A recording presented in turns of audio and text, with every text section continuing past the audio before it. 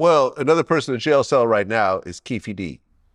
And just recently, he got into a fist fight with another inmate, and the photos, we'll go ahead and show the photos on I think I screen. seen that. He was squabbling up with motherfucker. Right. Now, I just want to say this to everyone who's watching.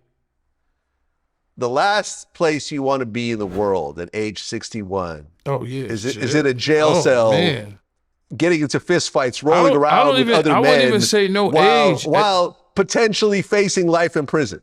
Yeah, I feel like when you see the YNs, like the young niggas on the island, shout free all of them, or hopefully I hope y'all holding y'all heads.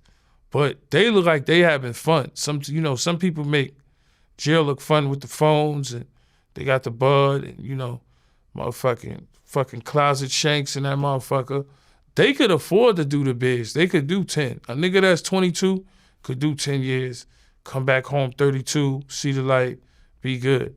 But motherfucker 61, 40-something, 50-something, even in their 30s, like, to even do to me to do a bid at 32, 33 is kind of like late blooming shit. And it's like, damn, my nigga, like to just do 10 on that. Say you 32 and you gotta do 10. You come home 42. A lot has changed in that 40, in that time in that 10 years. So when you look at bidding, that shit like a young nigga sport. And even they don't want to be in there. You know what I'm saying? But them niggas gonna make the best out of it. The YNs, you know that. Well, yeah. I mean, Keefe D actually tried to get the case thrown out, said that he had a proffer agreement. They came back and said there's no proffer agreement in Nevada, and we can't find one on a federal level either. So that's that. But Keefe D was saying he actually has to face trial. But wasn't he saying he's selling the bullets that killed Pac and all that online, and that's how the feds got on him or something? Nah. I didn't hear that. I could have sworn he was. They said. I've never heard. I would have heard that. I never heard that. So how he get locked up? He was doing a lot of internet talking about shit on the net, right? He wrote a book talking about the whole situation on Amazon. He did 2 Vlad TV interviews. He did 2 Art of Dialogue interviews. He did some Cam Capone interviews. In every interview, he offered new information. And from what I understand, when it comes to a proffer, it's a queen for a day type deal. That's what they call it, because it's only good for that particular day. If you choose to retell the story the next day, you could be charged for retelling the story. Oh shit! I don't know nothing about that. Yeah, it's deep, man. It's deep. I'm surprised. The only reason I did the interview because he had already written the book. The book was already on Amazon. There's a link to it in the interviews. Yeah, that's crazy. So okay, if you want to talk about it after writing a book, all right, that's on you then. I can't be responsible. So basically, he in jail because of the internet. You saying? He is the key witness to his case. Oh, yeah. He is the star witness in his trial. Because he said whatever he said in the book. Because he said everyone else is dead except for Suge.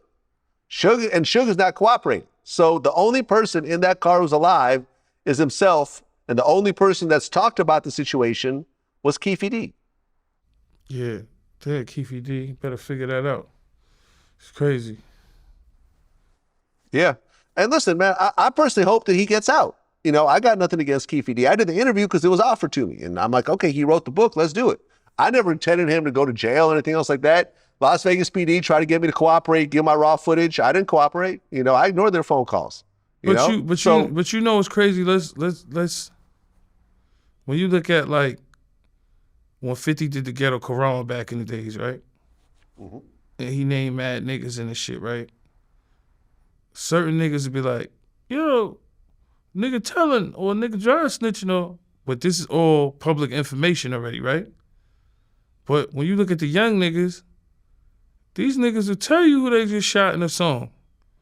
But that's not snitching. Niggas are just keeping it drill, keeping it gangster or whatever, right? But that's not telling. So we in times now where you don't know when the lines are even being crossed. That's like when you look at King Von. King Von used to kill a nigga and tweet about it around the same timeline, supposedly. Allegedly. Right? Look, supposedly.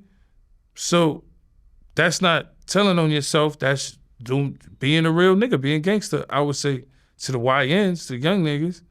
But you don't know what line to cross right now with the internet.